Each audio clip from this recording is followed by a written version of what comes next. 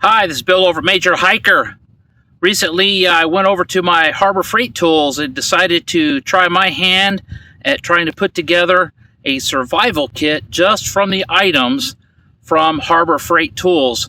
So stick around and see what I found out.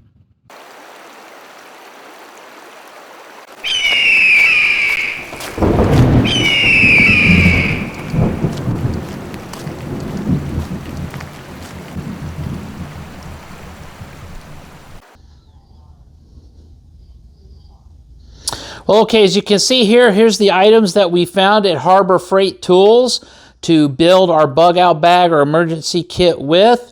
And we're going to go over each of these items very briefly. This is not a complete review of these items. This is just an overview, familiarization of these materials that you can get at Harbor Freight Tools to build a bug out bag or emergency kit with. Now, we've laid these out according to Dave Canterbury's 10 C's of Survivability. We're well aware of Jack Richland's back home system, which is pretty similar to Dave's, just some nomenclature differences on the categories.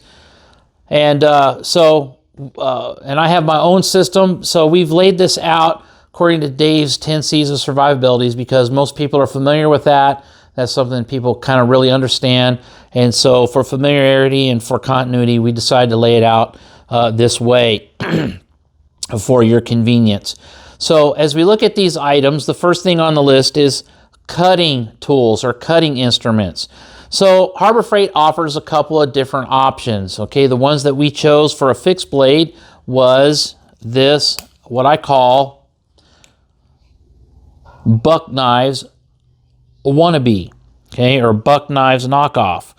And the blade on this, the blade material on this is an interesting material. I won't attempt to try to memorize all the letters and numbers associated with it. You can see it in the description on their website. All of their knife blades that I'm going to show you are pretty much of the same material. So it's up to you whether you think that's a quality material or not. But that's what they've decided to use in their stainless steel knives. So for a folding knife, what we have are two options that they have.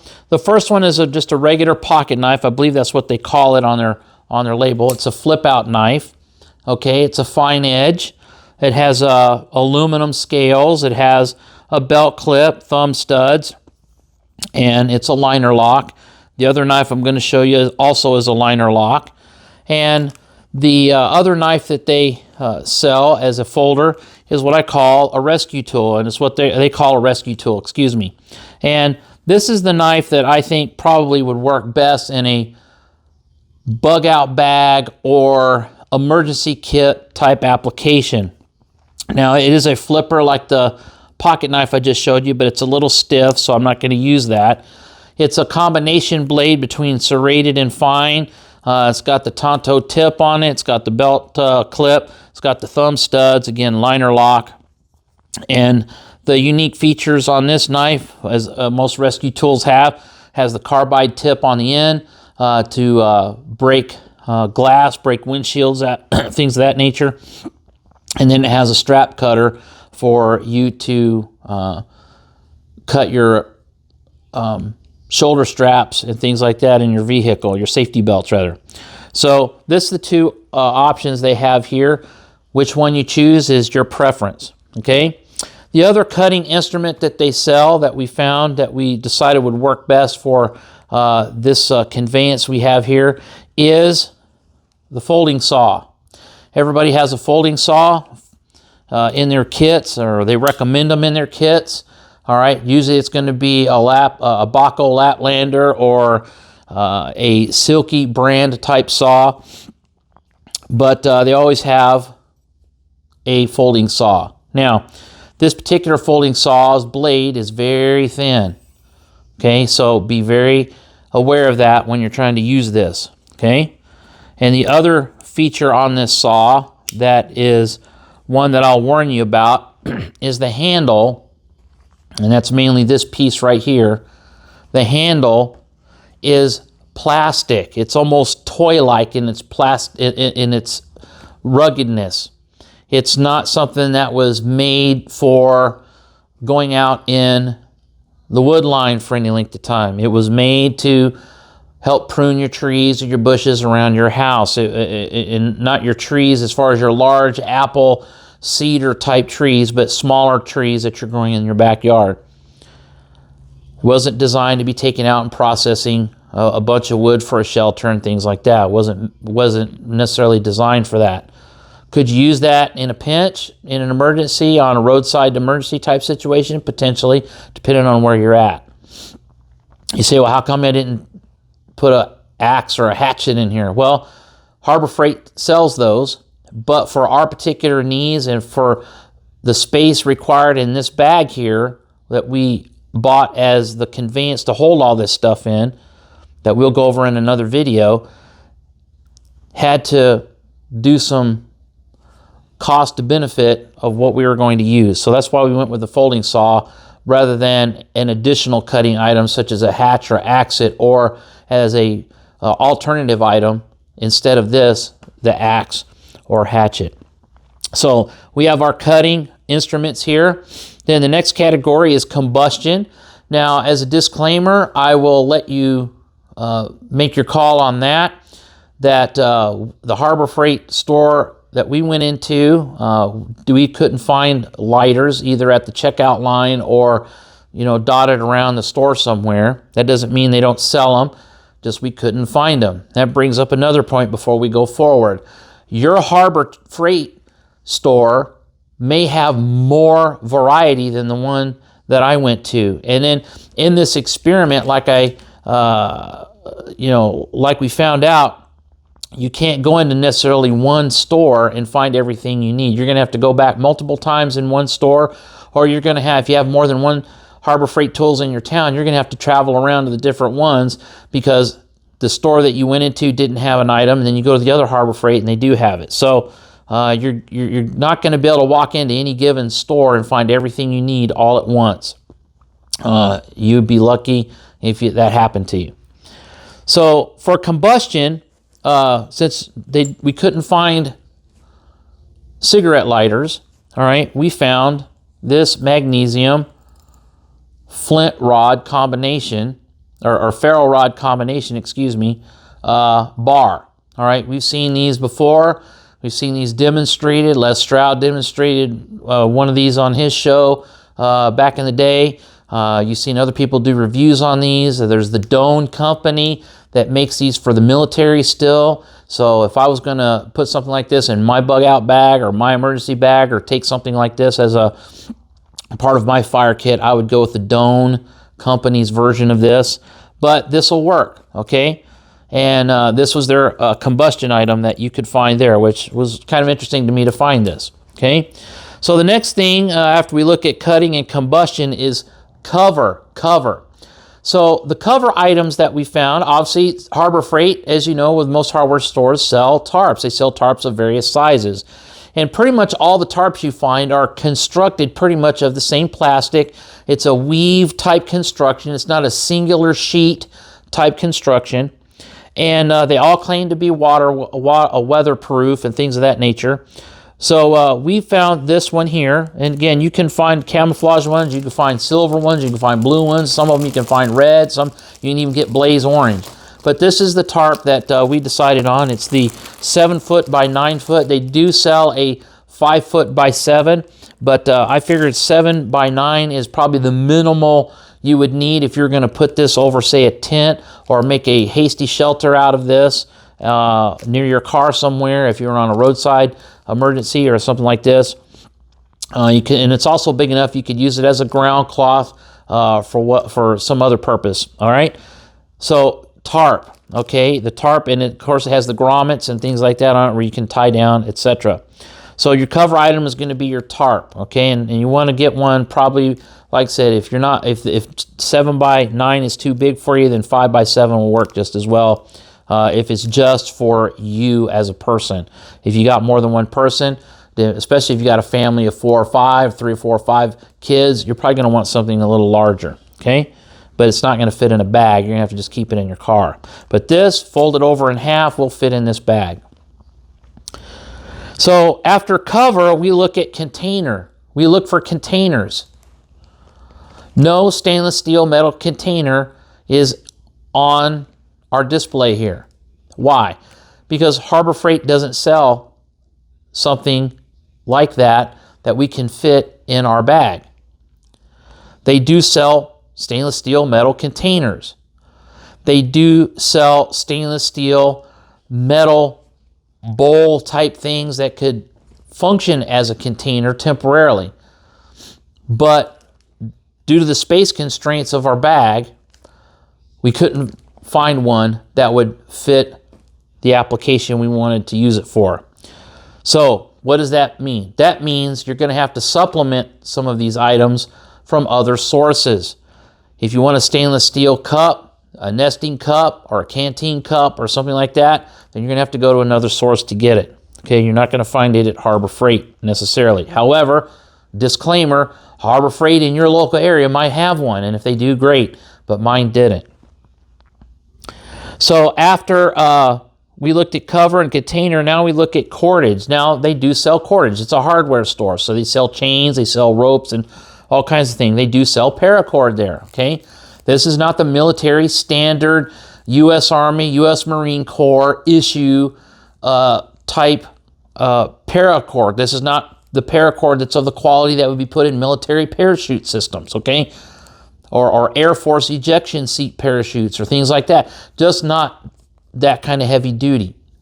Now, if you want something that's heavy duty, that is that kind of quality, because you're going to Dave Canterbury's wilderness classes, or you're going to some other school out there to take a class, whether that's Cody Lundine's class, and they recommend to bring in paracord with you or whatever, then yeah, get the robust stuff that's going to last, and it's going to get you through the training event.